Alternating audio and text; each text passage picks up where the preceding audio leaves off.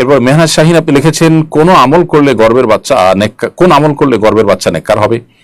উত্তর হলো যে গর্ভের বাচ্চা নেককার হওয়ার জন্য সুনির্দিষ্ট বা স্পেসিফিক কোনো আমলের কথা কোরআন হাদিসে বলা না হলেও আমরা অভিজ্ঞতার আলোকে জানি যে মায়েরা সন্তান গর্ভে থাকাকালীন সময় যখন হালাল উপার্জন করেন, হালাল ভক্ষণ করেন এবং হালাল হারাম খুব মেনটেন করে চলেন, গুনাহ থেকে বাঁচার চেষ্টা করেন, কানের চোখের গুনাহ থেকে বাঁচেন, হারাম কিছু শুনেন না কান দিয়ে, হারাম কিছু দেখেন না চোখ দিয়ে, তখন তার পজিটিভ প্রভাব সন্তানের উপরে পড়ে।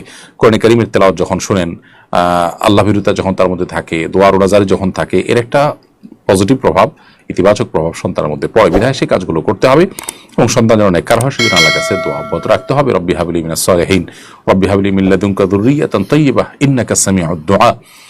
এই জাতীয় দোয়া যেগুলো আল্লাহর নবী রাসূলগণ করেছেন তাদের সন্তানদের নেককার হওয়ার জন্য, সেই দোয়াগুলো আমরা করতে পারি। এরপরে